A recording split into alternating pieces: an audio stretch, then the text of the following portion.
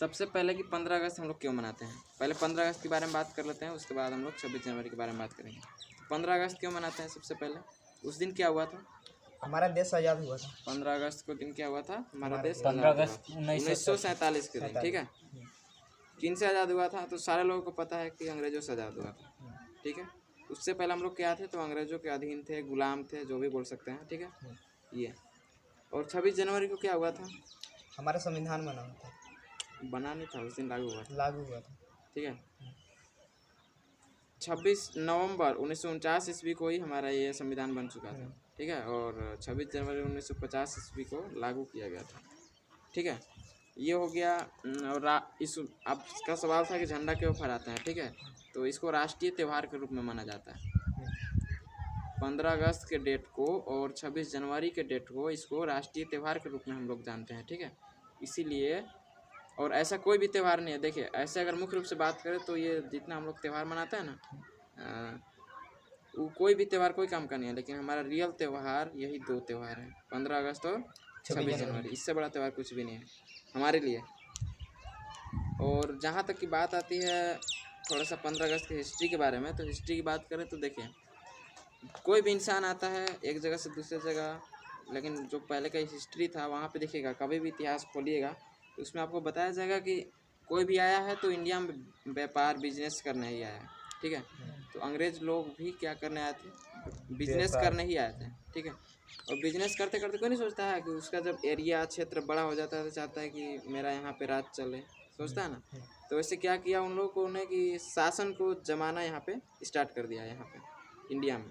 ठीक है, इंडिया में शासन जमाना स्टार्ट कर दिया। वैसे ही करते करते करते करते पूरा इंडिया पर छा गए। तो क्या हुआ कि पूरे इंडिया में अंग्रेज़ों का अधिकार चलने लगा, और हमारा जो अपना हिंदुस्तानी लोग थे वो क्या करने लगे? अपना अधिकार, उनको लगने लगा कि हम लोग क्या करने लगे? अधिकार को खोने लगे। और एक टाइम ऐसा भी आया कि पूरा अधिकार उन लोगों का आ गया, पूरा वर्चस्व चलने लगा, और हम लोगों का कुछ भी नहीं रहा। ठीक है, सारा कुछ उन लोगों की मर्जी से, सारा कुछ। तो ये होता है गुलामी। ठीक है, नौकर की तरह हम लोग रहने लगा, यानी कि जो हमारा घर है, हमारा अपना घर है इंडिया। जो हाँ, फर्स्ट में अगर उन लोग शासन कर रहे थे, अगर हम लोग चाहते मतलब उन लोग को भगाने के लिए तो आराम से उन लोग को भगा इसके बारे में बात करते हैं। तो देखिए, जो हमारा अपना घर था, ठीक है, अपना घर था हमारा, तो एक तरीके से घर है ना इंडिया। और विदेशी लोग आएगा तो क्या, उन लोग रिश्तेदार हैं, लेकिन रिश्तेदार को भी ज़्यादा घरे रखने लगेगा तो वो भी क्या करने लगता है? हिस्सा ले घर जैसा नहीं, घर जैसा रखने लगता है। ठीक है, मतलब जो रिश्तेदार लोग है, जो बन के आया है, वो दोनों तो एक दूसरे का रिश्तेदार ही है ना, तो दूसरे रिश्तेदार को सताना स्टार्ट कर देगा, अपना अधिकार लगा लेगा।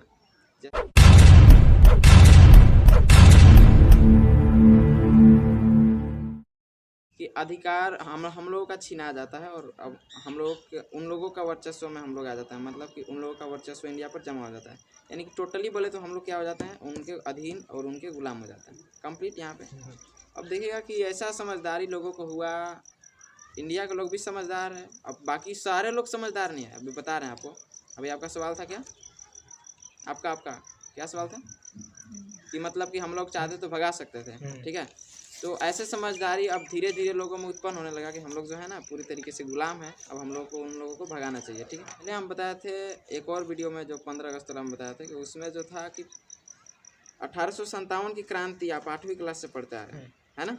उसको सिपाही विद्रोह कहते हैं। तो होता है कि देश के, मतलब कि जैसे हम बताएं कि कुछ लोगों में ही लड़ने की भावना उत्पन्न होती है, कुछ लोगों ही अपने अधिकार भी समझता है कि ये मेरा घर है, हम काहे किसी को अपना अधिकार दे दें। ठीक है, तो वैसे करते करते लोगों को समझ आने लगा, और वो लोग क्या करने लगे? उन लोगों के विरोध करने लगे, उनके विरुद्ध खड़े होने लगे। ठीक है, और कुछ ही लोग, हम सारे लोगों की बात नहीं कर रहे हैं, यानी कि पूरा इंडिया में इतना जनसंख्या है, दूसरे नंबर पे है। ठीक है, अगर चाहता तो चल देता, लेकिन वही रीज़न है कि एकता नहीं था। क्या नहीं था? एकता।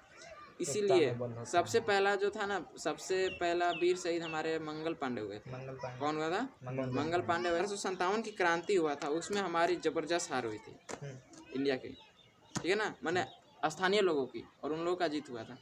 क्योंकि देखिए, उस समय हम लोग के पास पहले तो डायरेक्ट युद्ध छिड़ जाना या कोई जीत की अथी नहीं है, पहले प्लानिंग करना होता है। ठीक है ना, तो प्लानिंग करके युद्ध नहीं हुआ 1857 में, जिससे कि हुआ क्या कि मतलब परिणाम ऐसा हुआ कि एकता भी नहीं था। कोई मरा जा रहा, छोड़ दो, मरा गया तो चलो अपन देखो, ऐसा माहौल था। अभी भी वैसा ही माहौल आने वाला है। आने वाले दिन में हम लोग भी गुलाम हो जाएंगे, ठीक है। किसके? बता देंगे किसके हैं उसके तो बता देंगे आगे, अभी समझ में आ जाएगा निष्कर्ष, ठीक है।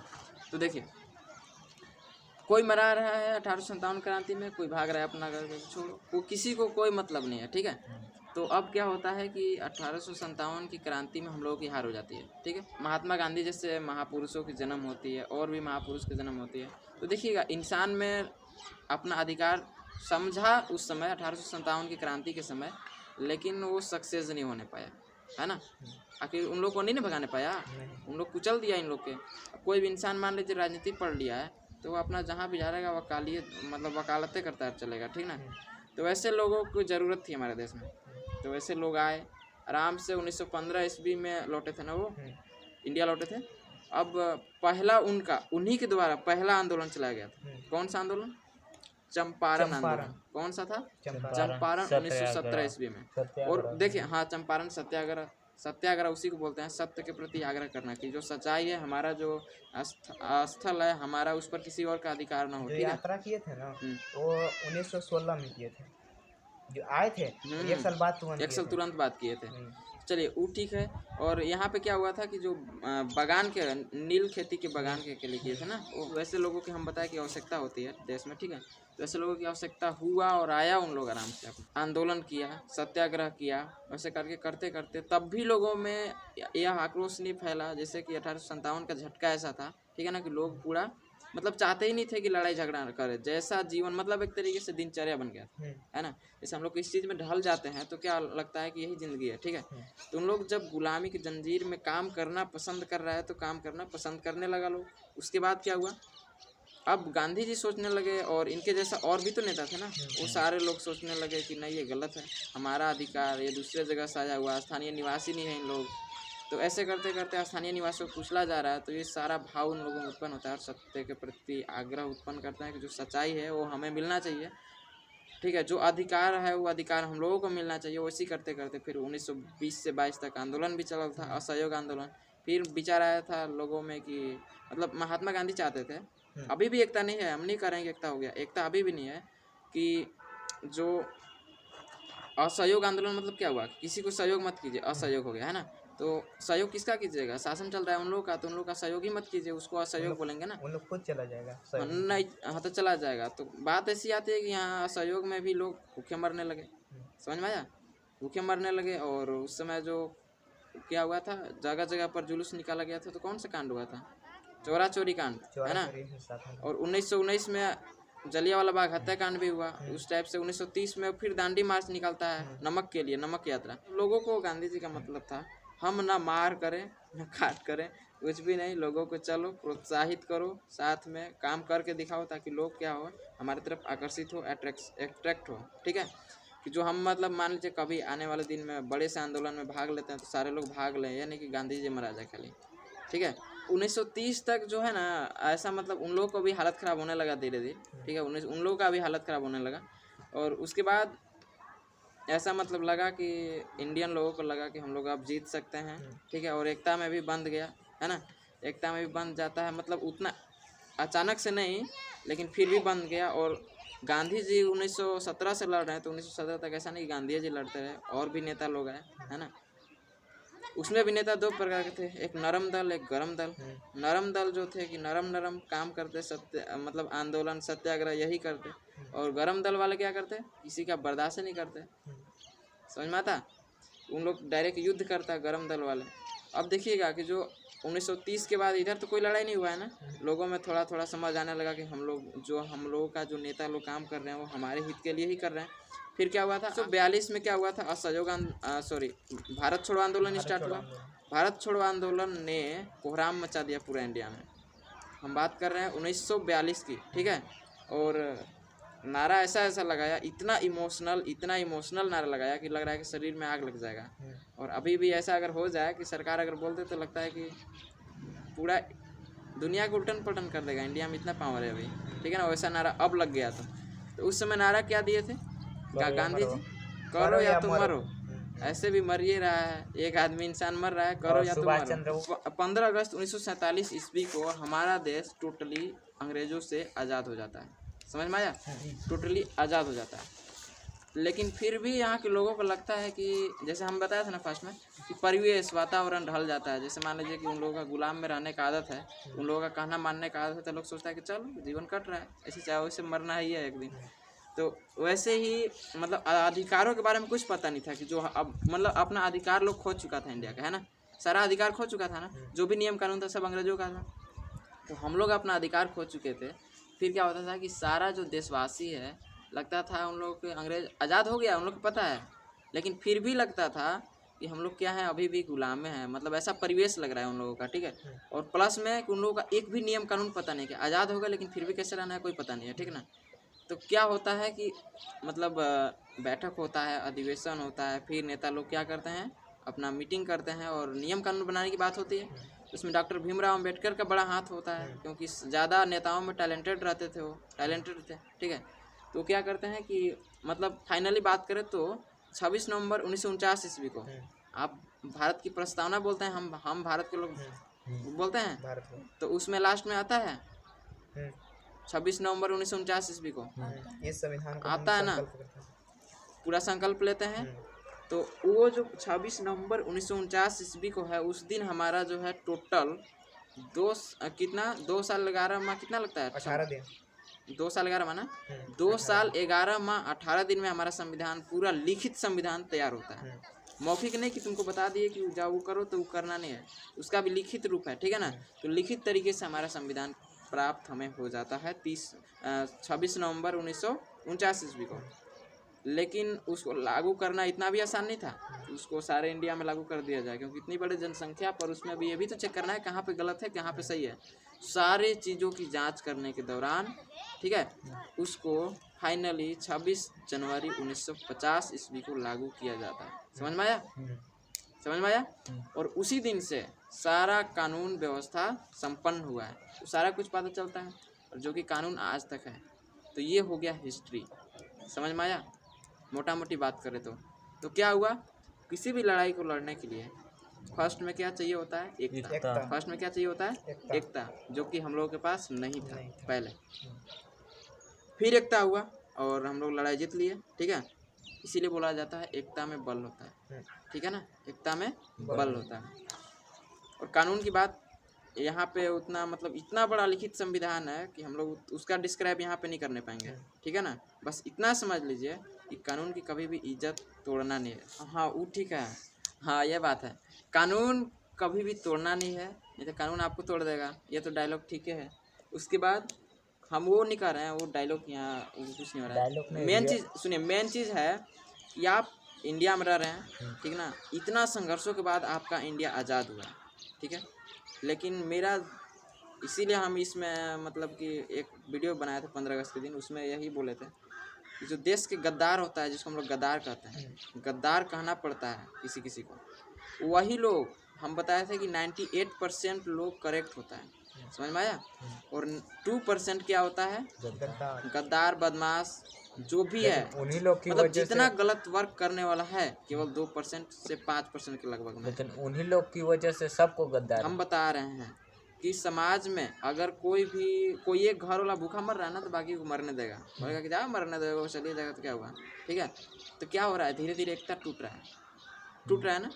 प्लस में उसका सपोर्ट करने वाला पूरा समाज, उसका सपोर्ट करने वाला पूरा समाज, कोई इसको मना नहीं कर सकता है कि मतलब उसको हेल्प भी नहीं कर सकता है। कोई गलत कर रहा है ना, पहले तो गलत करने वालों की संख्या जो 2% है, 2 से 5%, गलत करने वाले ज़्यादा हाईलाइट होता है। कभी भी देखिएगा स्कूल में होता है ना, जो 2 से 5% जो लड़के या लड़कियां जो बदमाश होती हैं या होते हैं, ठीक है, वो लोग क्या होते हैं, स्कूल के फर्स्ट बदमाश लिस्ट में उन लोग का नाम मतलब दर्ज होता है ना। और बाकी जो सिंपल लड़के होते हैं और जो तेज होते हैं उनका भी नाम होता है, लेकिन उन लोग का अच्छे कार्यों में नाम होता है। और जो जनरल कैटेगरी के हैं वो लोग शांत रहते हैं, कोई उनका किसी से मतलब नहीं है, ठीक है ना। और जो बदमाश होते हैं उनका तो फर्स्ट में नाम रहता है। तो उन्हीं लोग के चक्कर में, और देखिए कोई भी किसी का बुराई करता है जो ज़्यादा ओवर स्मार्ट का मतलब यहाँ पे बदमाश हम कर रहे हैं। और बदमाश में वो क्राइमरे नहीं कर रहे हैं, बदमाश में हर तरह का आ जाएगा, ठीक है ना। जो दूसरों की अवहेलना करता है, अपने काम से मतलब नहीं रखता है, उसी को हम लोग बदमाश करते हैं, ठीक है ना। तो लोग क्या करता है, हाईलाइट हो जाता है। जैसे समाज की अगर बात करें तो अभी हम लोग गांव में रह रहे हैं, ठीक ना, गांव रहे हैं तो गांव में भी मीटिंग होता है ना। एक आदमी को अगर मान लीजिए कि वही आदमी जैसे हमारे साथ तो काफ़ी बार हुआ है हम लोग के साथ। हम यहाँ पे बता दे रहे हैं कि देखिएगा, अगर आप गलत किए हैं, आप नहीं, सबसे पहले कि आप दुनिया में लाख अच्छाई काम किए हैं, लाख अच्छाई काम किए हैं, ठीक है ना, कोई याद नहीं रखेगा। याद है, सबको याद है, आपका इज्जत भी है, लेकिन आप एक गलत काम कर दीजिए ना, ठीक है ना, तो भूल जाएगा, पूरा वो अच्छा किए क्या थे कोई पता नहीं, भूल जाएगा। उसमें पूरा समाज जो है ना उलट के आप पर बरस जाएगा। तो यहाँ पे मतलब एक सुविचार बोला जाता है कि ऑलवेज थिंक पॉजिटिव, हमेशा सकारात्मक सोचो। हर एक इंसान से गलत होता है, ये मानना पड़ता है, इंसान गलत करता है, नहीं तो गलत करने इंसान वाला है ना गलत करेगा। इंसान गलत करता है, और गलत करने वाला कोई अलग से पैदा नहीं होता है कि तू जाओ तू खाली पैदा हुआ है गलती करने के लिए, ठीक ना। तो ये समझता नहीं है इंसान, और ये होता है किसके कारण, जो गलत होता है वो कौन होता है, अनपढ़ आदमी होता है। क्या होता है, अनपढ़। जो साक्षर आदमी होता है ना, जो साक्षर आदमी, अरे नहीं कहा जा सकता है, पढ़ा लिखा आदमी भी महामूर्ख का काम करता है। देखिएगा कभी भी अगर जहाँ पे जिसके पास प्रेजेंस ऑफ माइंड नहीं है वो क्या करेगा। समाज में मान लीजिए कि कोई भी वर्क हो रहा है, ठीक है, बाकी लोग जनरल कैटेगरी का हैं, ना ज़्यादा पढ़े लिखे ना ही ज़्यादा अनपढ़, ठीक है, सामान्य कैटेगरी है, और कोई क्या है कि पूरा एकदम ये है ओवर स्मार्ट, पूरा पढ़ा लिखा है गाँव में। अब वो सोचेगा कि पूरा बेच के खाई जाएंगे, पूरा गाँव के बेच के खा जाएंगे, ऐसा सोचता है। तो ये सब सोच से छुटकारा कौन दे सकता है, इसके लिए मतलब ऐसी जो घटनाएं हैं उन घटनाओं से हमें कैसे मिल सकता है मुक्ति। सबसे पहले इंसान को पढ़ा लिखा होना ज़रूरी है। पढ़ा लिखा में केवल थ्योरिकल ज्ञान नहीं, सोशल ज्ञान होना चाहिए। क्या होना चाहिए, सोशल नॉलेज एंड ये मानसिक योग्यता अच्छा होना चाहिए, मानसिक योग्यता अच्छा होना चाहिए, और उसका विचार अच्छा होना चाहिए। बल से ज़्यादा अक्ल होना जरूरी। समझ में आया। अभी चुनाव का दौर भी चल रहा है ना, अभी ये भी है कि इंसान कहाँ पर बिक जा रहा है। पढ़े लिखे लोग जैसे विपिन सर अभी बना है मुखिया, बना है ना, ऐसे लोगों की आवश्यकता है देश में जो भी मंत्री वंत्री है, और वो सबको, जैसे मान लीजिए अगर मोदी जी की बात करें तो मोदी जी की बात करें तो हर एक कैटेगरी में वो बात करता है। साइंस की लैंग्वेज में बात कीजिए, साइंस पूरा वो आपको डीप में समझा देंगे, टीचर जैसा, ठीक है ना। हर एक साल उनका परीक्षा पे चर्चा एपिसोड आता है ना, कितना मोटिवेट करते हैं।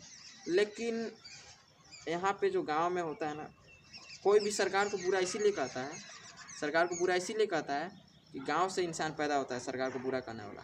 शहर में इंसान बुरा नहीं करता है, क्योंकि शहर में जो है ना इंसान हल्का पढ़ा लिखा माने गांव के लेवल से अच्छा होता है, तो उन लोग बुरा नहीं कहता है, ठीक है ना। और गांव वाले क्या कहते हैं, गांव में तो सबसे प्रधानमंत्री कौन होता है, गांव के प्रधानमंत्री कौन होता है, अब उसी को वो बनाया है मुखिया, गाँव के प्रधानमंत्री मुखिया को गाँव वाले बनाया है।